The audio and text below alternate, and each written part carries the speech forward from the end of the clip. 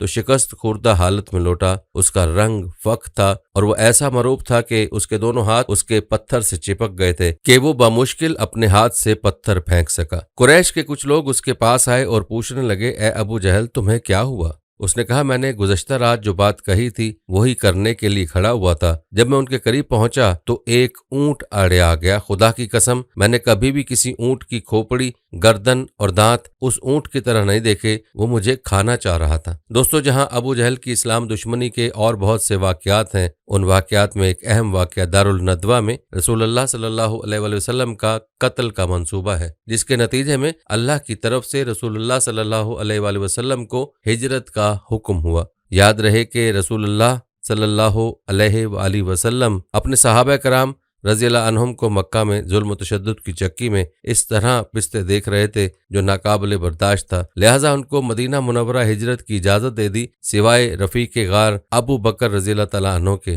چونکہ آپ صلی اللہ علیہ وآلہ وسلم کے چچا ابو طالب بھی وفات پا چکے تھے، اور قریش شدید غصے میں تھا کہ کب تک ہم اس شخص محمد کو برداشت کریں اور وہ ہمارے معبودوں اور آباء و اجداد کی توہین کرتا رہے۔ چنانچہ وہ منصوبے بنانے لگے کہ ہمیں ان کو قید کر دینا چاہیے یا جلا وطن کر دینا چاہیے یا پھر قتل کر دینا چاہیے تاکہ ہم ان سے چھٹکارا حاصل کر لیں۔ پھر قریش کے سرداران اپنے مشورہ گاہ دارالندوہ میں خفیہ طور پر نبی صلی اللہ علیہ وآلہ وسلم کے خلاف فیصلہ لینے کو جمع ہوئے۔ کسی نے کہا کہ اسے لوہے کی زنجیر میں باندھ کر دروازہ بند کر دو، کسی نے کہا کہ انہیں جلا وطن کر دو، مگر نجدی شیخ کے روپ میں دارالندوہ میں بیٹھا مردود ابلیس نے ان رائیوں کے نقص کو اجاگر کیا اور کہا کہ یہ کوئی رائے نہیں ہے۔ پھر ابو جہل بن ہشام نے یہ رائے دی کہ ہم ہر قبیلے سے ایک قوی جوان کو منتخب کریں، ہم ان میں سے ہر ایک جوان کو ایک تلوار دیں، وہ سب کے سب ایک ہی ضرب سے ان کو قتل کر دیں۔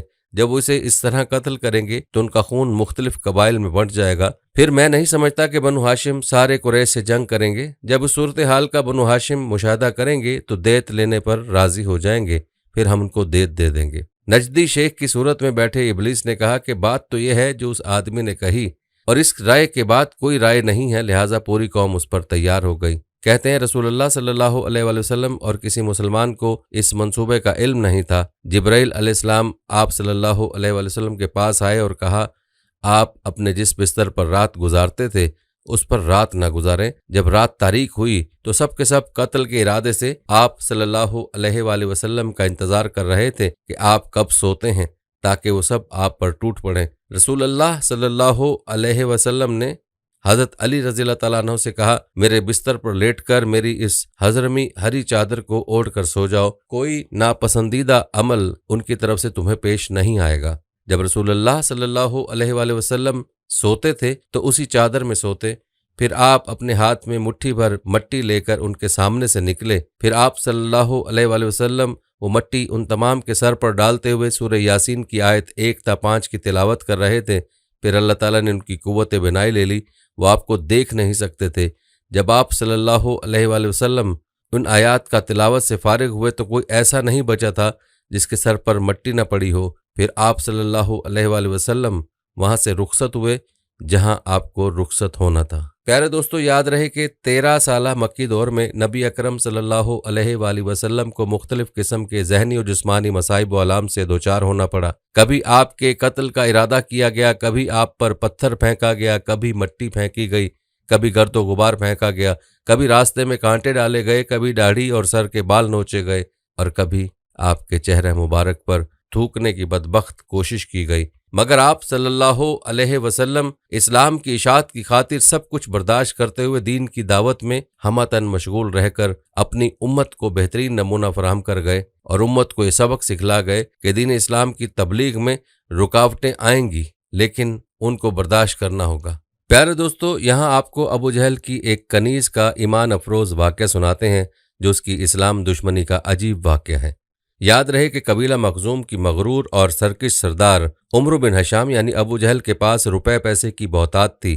اس کے شان و شوکت کے حامل محل میں غلاموں اور کنیزوں کی بھرمار تھی، لیکن پھر بھی اس کی نظر ایک رومی کنیز پر پڑی تو اس نے اسے منہ مانگے داموں خرید لیا، اس لیے نہیں کہ اسے ملازمہ کی ضرورت تھی بلکہ اس لیے کہ یہ سرخ و سفید خوبصورت کنیز اس کے دل کو بھا گئی تھی۔ زنیرہ اکثر سوچا کرتی تھی کہ میں کون ہوں؟ کیا میں غلامی کے لیے پیدا ہوئی ہوں؟ کیا کبھی کوئی فیصلہ اپنی مرضی سے بھی کر سکتی ہوں؟ کیونکہ اس کا کام تابعداری تھا اور کام کی نوعیت کا تعین کرنا مالک کا کام تھا۔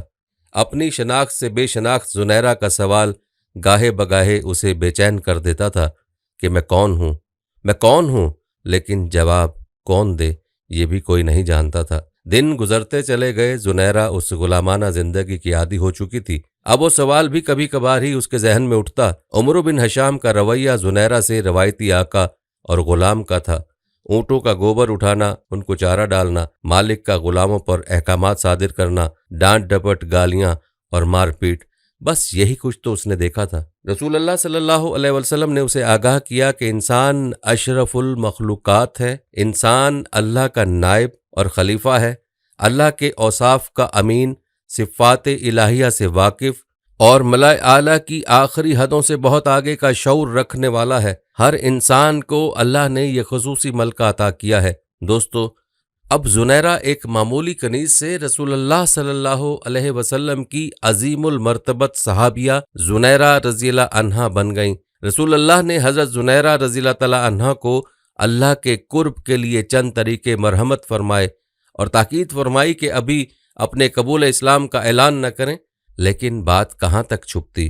ابو جہل حضرت زنیرہ رضی اللہ تعالی عنہا کو اتنی بری طرح زد و کوب کرتا کہ وہ بے ہوش ہو جاتی، وہ مار مار کر تھک جاتا، مگر اللہ کی یہ نیک اور صابر بندی سب کچھ سہ لیتی، مگر پائے استقلال میں ذرا بھی لغزش نہ آتی۔ حضرت زنیرہ رضی اللہ تعالیٰ عنہ کا پورا جسم زخم رہتا اور اس میں سے خون و پیپ رسنے لگتا، مگر اب وہ روح کے اس سفر پر گامزن تھی جہاں مادی جسم کو آدمی روح کے خول یا لباس کی صورت میں دیکھتا ہے۔ رسول اللہ صلی اللہ علیہ وسلم کو جب حضرت زنیرہ رضی اللہ تعالیٰ عنہ کے اوپر ہونے والے مظالم کی خبر پہنچتی تو غمگین ہو جاتے۔ کہتے ہیں ایک مرتبہ آپ صلی اللہ علیہ وسلم کے ایما پر حضرت ابو بکر صدیق رضی اللہ تعالیٰ عنہ ابو جہل کے پاس گئے تاکہ انہیں خرید کر آزاد کر دیں اور سے کہا کہ زنیرہ کو فروخت کر دو، مگر وہ ایک کینہ پرور شخص تھا، لہٰذا اس نے حقارت سے انکار کر دیا۔ اس کا ظلم و جبر یہاں تک بڑھا کہ حضرت زنیرہ رضی اللہ تعالیٰ عنہ کی بینائی جاتی رہی اور آنکھیں بے نور ہو گئیں۔ کل تک جو لوگ حضرت زنیرہ رضی اللہ تعالیٰ عنہ کی بات کا مزے لے کر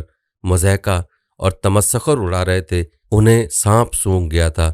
خصوصاً ابو جہل تو شرم کے مارے گھر سے ہی نہ نکلا۔ اسی روز حضرت ابو بکر رضی اللہ تعالیٰ عنہ ابو جہل کے پاس دوبارہ آئے اور کہا کہ اگر تم زنیرہ کو فروخت کر دو تو میں اس کے دگنے دام دوں گا اور تم اس سے زیادہ طاقتور اور محنتی کنیز خرید سکو گے۔ ابو جہل زنیرہ رضی اللہ تعالیٰ عنہ کو مزید اپنے پاس نہیں رکھنا چاہتا تھا، ویسے بھی اپنی ہی بات کی وجہ سے اسے سبکی اٹھانی پڑی تھی، اس لیے اس نے کئی گنا زیادہ دام پر حضرت زنیرہ رضی اللہ تعالیٰ عنہ کو فروخت کر دیا اور حضرت ابو بکر صدیق رضی اللہ تعالیٰ عنہ نے ان کو آزاد کر دیا۔ پیارے دوستو، یوں اسلام کی اس مجاہدہ کی جیت ہوئی اور ابو جہل ظلم و ستم کرنے کے باوجود ہار گیا۔ یہ تھا جذبہ ایمان صحابہ اور صحابیات کا کہ جان چلی جائے تو چلی جائے، آنکھوں کی بینائی تک قربان کر دی، لیکن ایمان سے پیچھے ہٹنا گوارا نہ تھا۔ ایمان کا سودا کرنا ان کے لیے ایسا ناممکن تھا جیسے تھنوں سے نکلا ہوا دودھ واپس تھنوں میں جانا ناممکن ہوتا ہے۔ یہاں آپ کو ابو جہل کے ظلم کا ایک اور واقعہ بتاتے ہیں جو کہ اسلام کی پہلی شہید خاتون